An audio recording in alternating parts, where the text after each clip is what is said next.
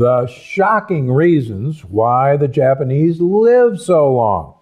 According to the 2022 World Health Statistics published by the WHO, the country with the longest life expectancy is, wait for it, no, not Japan, Andorra, a tiny country between Spain and France, a lifespan of 84.5 years. But Japan is right behind with an average life expectancy of 84 years. Now, in comparison, the life expectancy of an American is 76.5 years. We're ranked 40th of all countries.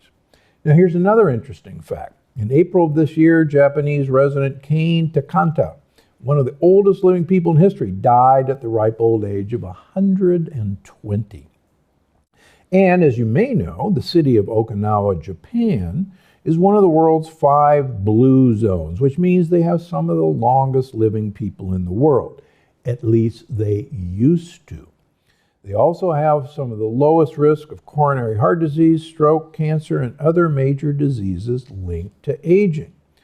So how do they pull this off? Well, the people in Japan in general are doing a lot of things right when it comes to their health.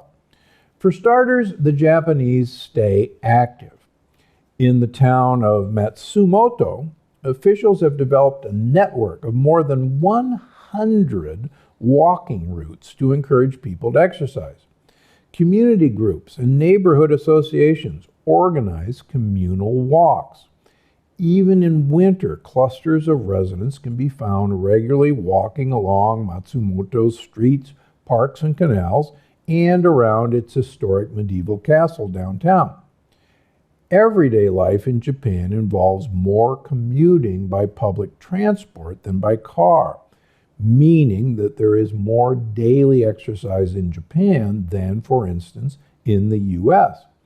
Interestingly enough, statistics show that people who live in large cities, busy cities, who rely more on public transportation actually are fitter and walk far much more than people living in the suburbs. And that's particularly true in the United States.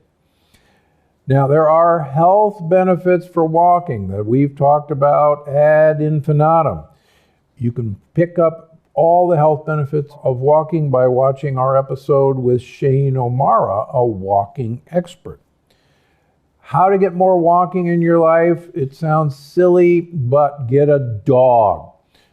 Dogs make you take them for a walk at least once and preferably twice a day. We've recently had some rather impressive rainstorms here in Southern California, but that did not deter my dogs and I and my wife Penny from putting in their requisite 2 miles walking in the rain. We got soaking wet, they got soaking wet, and everybody had a good time. So don't let bad weather be an excuse. If you live in Seattle and Portland, you know what I'm talking about in terms of rain and bad weather.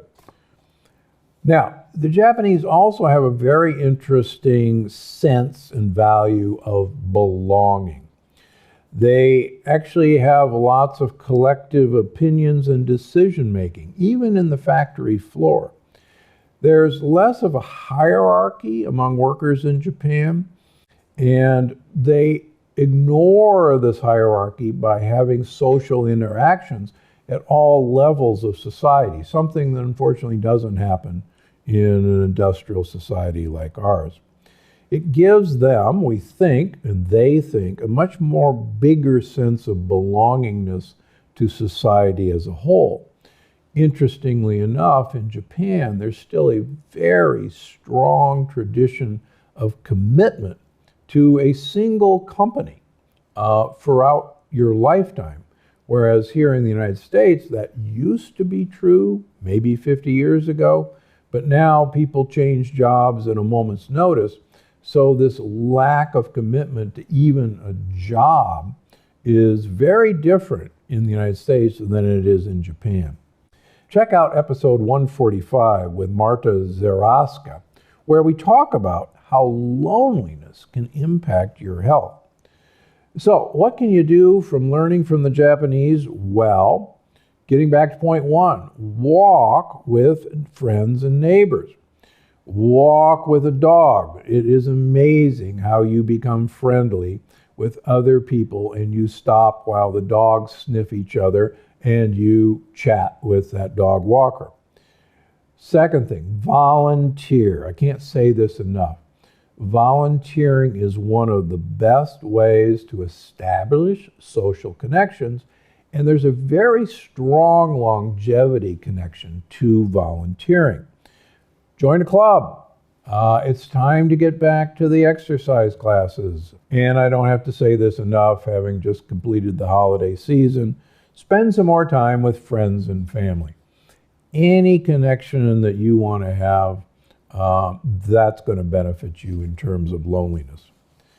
Now, similarly, the Japanese culture values another concept called ikaji, and it refers to something that gives a person a sense of purpose or a reason for living. Interestingly, the Japanese retire at a very old age, if they retire at all. And when they retire, they find meaningful work to do into old age. They're much more purpose-driven, though they may have a different word for it, ikaji, or having a purpose in life. It's a strong uniting link among the blue zones. So how do you find your ikaji? You need to find something that ticks these 4 boxes. Number 1, passion. You got to do what you love. Vocation, what you are good at. Mission, what the world needs. And you got to have a profession, what you get paid or rewarded for.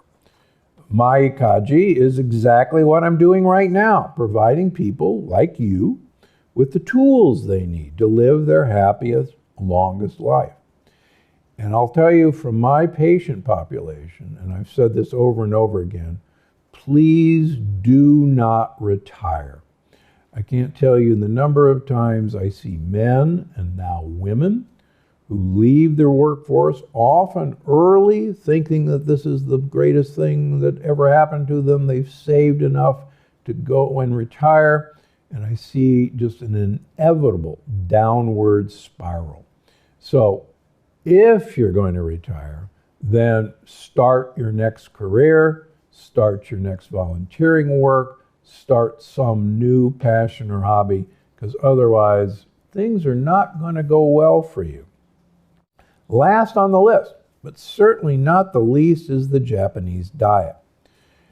Some of the interesting things of ancient Japan, like Okinawa prior to World War II, when the Okinawan diet was actually studied, they ate a lot less saturated fats and a lot more healthy fats, and they didn't really have much red meat.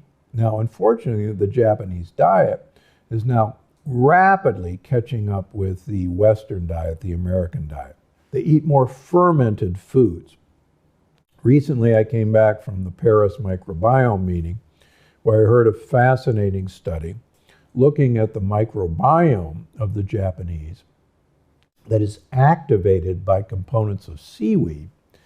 And they produce compounds that tell the Japanese that they're full. And that's a really important concept. Now, the Japanese diet have an expression of stopping eating when you're 80% full, and it's called hara ichibu.